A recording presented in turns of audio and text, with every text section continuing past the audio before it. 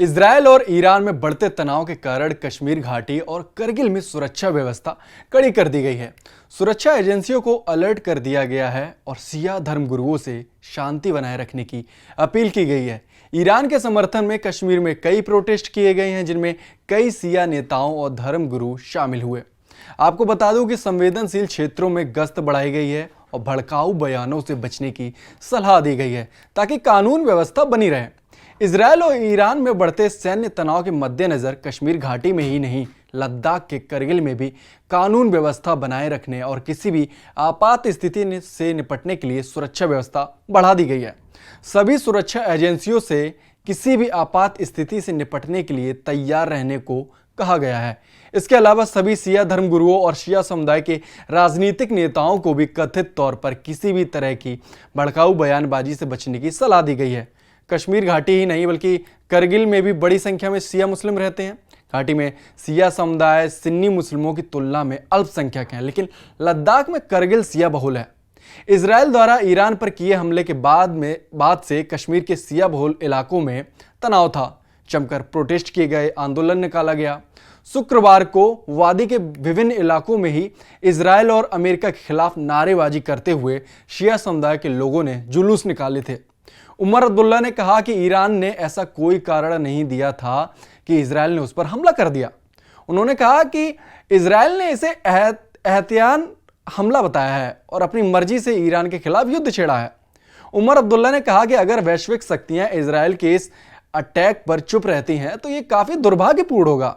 Iran Israel तनाव के लेकर उमर अब्दुल्ला ने कहा कि विश्व शक्तियां रूस के खिलाफ आवाज उठाती हैं और आंदोलन करती हैं, लेकिन जब इजरायल ईरान पर हमला करता है तो चाहे अमेरिका हो, यूरोप हो या कोई और देश हो, चुप हो जाते हैं।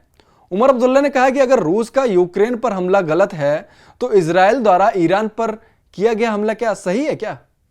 जम्मू कश्मीर के मुख्यमंत्री उमर अब्दुल्ला ने यह बातें बोली हैं कि इजरायल और ईरान के बीच तनाव के कारण क्षेत्र में स्थिति और खराब हो सकती है। इसका असर दुनिया पर पड़ेगा।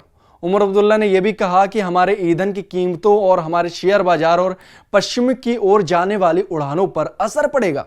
इसके अलावा लोगों की भावनाओं पर असर पड़ेगा। फीलिंग्स के साथ लोग गुस्से में हैं। इस वक्त हमारे साथ बात करने के लिए मौजूद हैं सदर अंजुमन शरीशियान जम्मू कश्मीर आगा सईद हसन साहब। आगा साहब, जिस तरह से कल पहले इजराइल ने ईरान पे जो हमला किया, जिसमें कई जानें गईं, including high ranking army officials की जानें भी गईं उसके बाद ईरान ने भी आज रिटेलिएट किया है, टेल अवीव पे हमला किया है। कैसे देखते हैं ये सब? कल का जो दहशतगर्दाना हमला इसराइल ने ईरान पर किया, उसकी कोई जवाजियत नहीं थी। अब ये आयान हो गया, जो 1.25 साल से गज़ा में वो करता आया है, वो पूरे दुनिया में वही मुहिम चलाना चाहता है। बस उसको सिर्फ खौफ और डर ईरान का है, जो उसको मुंह तोड़ जवाब देने की सख्त रखता है। इसीलिए इसने कल जाहिरियत की, जिसकी कोई जवाजियत नहीं है। वो अपने आप को मजलूम बनाने की कोशिश करता है, मगर दुनिया ने समझ लिया। मैं आपके तवस्सुत से पूरे आलम इस्लाम को फिर दोहराता हूँ, अपील करता हूँ, अगर आज आप मुत्तहिद नहीं होते हैं तो यही हाल आपका भी होगा, तो इसको कोई नहीं रुका सकता है। लिहाजा ईरान के शान बशान रहे और जो उन्होंने जालिम के ख़िलाफ़ मज़लूम के हिमायत में जद्दोजहद शुरू की है, उसको कामयाब बनाए, तो दुनिया में अमन अमान नहीं रहेगा। सिर्फ जालिम का बोलबाला होगा।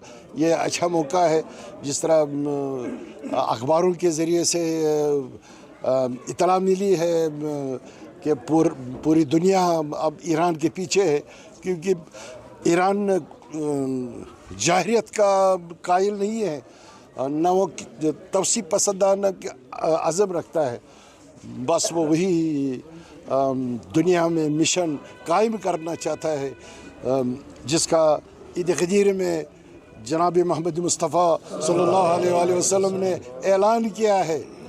आपका पेशवा कौन हो सकता है, आपका हुक्मरान कौन हो सकता है, आपके क़यादत की क्या सलाहियत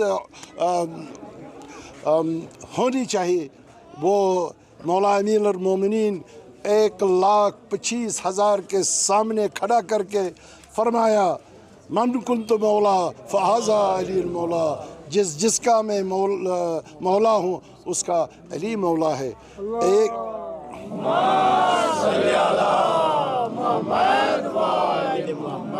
1,25,000 लोगों में कोई खड़ा नहीं हुआ, मैं अली से अफजल हूँ। यही हमें बताता है, हमें ऐसी क़यादत के पीछे चलना चाहिए, उसी से हम आगे बढ़ सकते हैं, कामयाबी हासिल कर सकते हैं, अमन अमान का कायम कर सकते हैं। मैं आपके तवस्सुत से ईद गदीर का पूरे आलमी इस्लाम के साथ साथ आलमी इंसानियत को मुबारकबादी पेश करता हूँ। अंजुमन शरीशियान जम्मू कश्मीर के सदर हमसे बात कर रहे थे। इनका ये कहना है कि जिस तरह से इजराइल ने ईरान पे एयर स्ट्राइक की उसका कोई जवाज़ नहीं था, और जिस तरह से ईरान ने उसके बरक्स वापस हमला कर दिया है तो कहीं ना कहीं उनका हक बनता है। दूसरी ओर पीडीपी अध्यक्ष महबूब मुफ्ती और जम्मू कश्मीर की पूर्व सीएम है, जो उनका कहना है कि इजराइल ने ईरान पर जो हमला किया है वो बिल्कुल गलत है। उन्होंने कहा ईरान पर इजराइल का हमला एक ऐसे देश द्वारा किया गया एक और बेशर्मी भरा कदम है जो दुष्टता की ओर जाता हुआ दिखाई दे रहा है। वैश्विक समुदाय, खासकर संयुक्त राज्य अमेरिका के नेतृत्व वाली पश्चिमी शक्तियों की चुप्पी चिंताजनक और भयावह दोनों है। यह चुप्पी मौन स्वीकृति के बराबर है, मतलब कि आप हामी भर रहे हैं। महबूब मुफ्ती ने यह भी कहा कि अमेरिका भारत पाकिस्तान तनाव के मामले में लगातार हस्तक्षेप का दावा करता है, लेकिन इजराइल के मामले में दोहरा मापदंड अपनाता है। आपको बता दूं कि इजराइल और ईरान के बीच जंग चल रही है। हाल ही में ट्रंप का एक ट्वीट आया है। ट्रंप ने बोला कि भाई ये मामला निपट सकता है, दोनों शांति वार्ता के लिए तैयार हो सकते हैं। मैंने इंडिया और पाकिस्तान के बीच बातचीत कराई है। ये फिर से ट्रंप ने दावा किया है, फिर से राग लाप रहे हैं कि मैंने बातचीत कराई है भारत और पाकिस्तान के बीच, अब मैं इजराइल और ईरान के बीच बातचीत कराने जा रहा हूं और ये शांति हो सकती है। मैं काम तो बहुत ज्यादा करता हूं, लेकिन कोई मेरे काम को तवज्जो नहीं देता, मैं क्रेडिट नहीं लेता। भाई काम तो बहुत ज्यादा करता हूं। ट्रंप अब मूड में आ गए हैं, जैसा उन्होंने इंडिया और पाकिस्तान के बीच किया था। अब वो दावा कर रहे हैं कि मैं इजराइल और ईरान के बीच करने जा रहा हूं।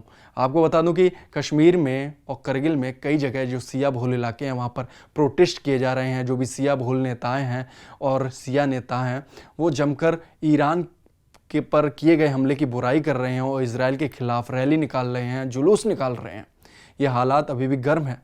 कश्मीर विशेषकर कुछ इलाके हैं जहाँ पर सिया बहुल है, वहाँ पर ये हालात हैं कि जमकर प्रोटेस्ट किए जा रहे हैं। आपको करगिल की तस्वीरें देखकर लगेगा नहीं कि यहाँ इतनी बड़ी मात्रा में प्रोटेस्ट किया जा रहा है, इतनी बड़े बड़े जुलूस निकाले जा रहे हैं। दहशतगर्दी का सरगना इसराइल ने वो अपने मनहूस मकासद को हासिल करने के लिए कोई